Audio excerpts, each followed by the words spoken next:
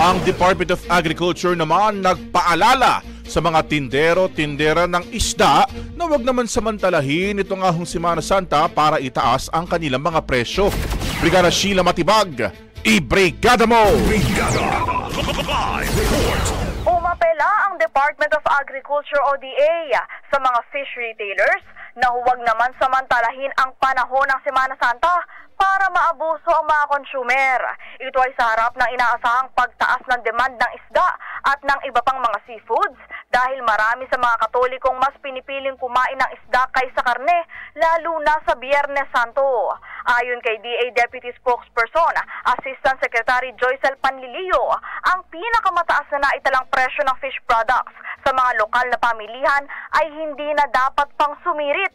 Samantala, tiniyak din ito na may sapat na supply ng seafood sa merkado.